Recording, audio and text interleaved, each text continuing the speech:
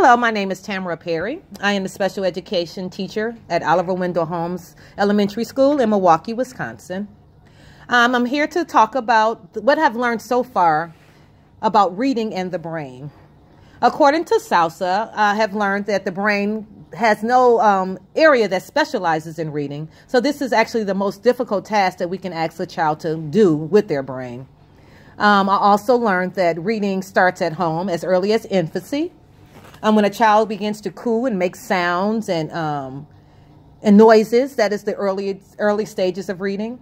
Also, vocabulary begins to develop at home as well. When you're pointing out different objects, for example, the television and the refrigerator and the stove, when a child is able to name certain objects, that's what the vocabulary actually begins. Good readers actually come to school with a good vocabulary. Like I said, this begins at home with just simple things, doing simple things with your child, like watching television or taking a walk or driving along in the car. When they're able to point out and name different things, that is the developmental stages of vocabulary.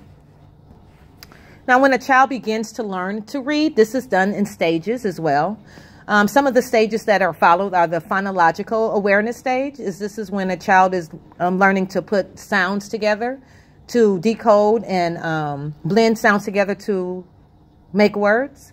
The alphabetic principle stage. This is when a child understands that the words are made up of letters and sounds. The vocabulary stage, when words must be processed in the reader's mental dictionary in order for them to recognize it in print.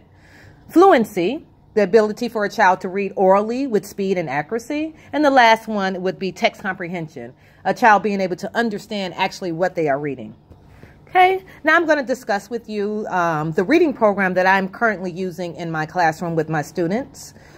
The program that I use is called Direct Instruction, and I love it so much because it takes everything that I just named, all of those stages, and combines it into one reading program. The program that is used in our school ride, does not have phonological awareness. So if you come into our school and if you're behind and if you do not know how to read, if you do not know letters and sounds, reading the Journeys reading program, is what the school uses, will not teach you how to read. It will not teach you those stages. So therefore, I have to go back when I get students in special ed that are behind and use Direct Instruction. The books are called Reading Mastery. I have 3 levels that I use. I have Reading Mastery, which is the beginning stage, Reading Mastery 1. This is typically used with K4, first, second grade students, like I said, that are extremely behind. The next series that I use is called Reading Mastery 2. This is geared towards first grade. And then the last is Reading Mastery 3, which is geared towards second grade. I don't really care about the grade levels. It's what the child actually needs. Because currently, actually, my 5th graders in my classroom are now in the Reading Mastery 3 series, which is, like I said, geared for second grade, but this is where they needed to start. Now, Reading Mastery begins with phonological awareness. It doesn't actually do letter names. It actually does sounds first. They don't really care about whether the child knows the letter until we get to the end of Reading Mastery. Then we start putting those letters, sounds with the actual letter. So it focuses on the letter sounds. It focuses on the vocabulary. It focuses on fluency. The fluency, we really don't get to that until Mastery has Book A, Book B, and Book C. We start reading actually at the end of Book B into Book C. And then that's when we do a lot of short passages and a lot of comprehension. Now, along with this series also has a workbook. After every lesson, we do a workbook. For beginning stages in Reading Mastery, the workbook consists of handwriting skills. It goes over all of the sounds, whatever sound that we practiced or focused on for that lesson. And then it also has it gives you a little bit of comprehension. It gives you maybe a 1-sentence passage that you need to do a little something with.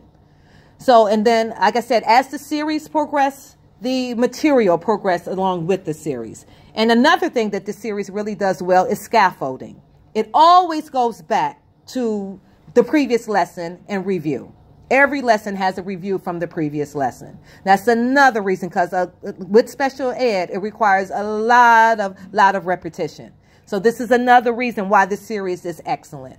Now, I wouldn't recommend this series for a child that is on grade level or above grade level, because because of the scriptedness, it would be very boring for that child. But if a student is behind and need to catch up, this is the perfect series for them to do that. Again, it is called Direct Instruction, Reading Mastery. And this is how the book looks. This is the series that like I said, I'm currently using with my students now. I don't know if I mentioned this, but I'm going to mention this because I'm not sure if I did. This book was actually developed, the series was developed by a man named Siegfried Engelmann. And it was published by SRA McGraw-Hill, which is where a lot of our books come from. And this series actually was developed in 2008. I hope that answered some questions or told you a little bit about what I do with my students for reading. And I'm out of time. I wish I can say some more, but I'm at my limit now. Thank you.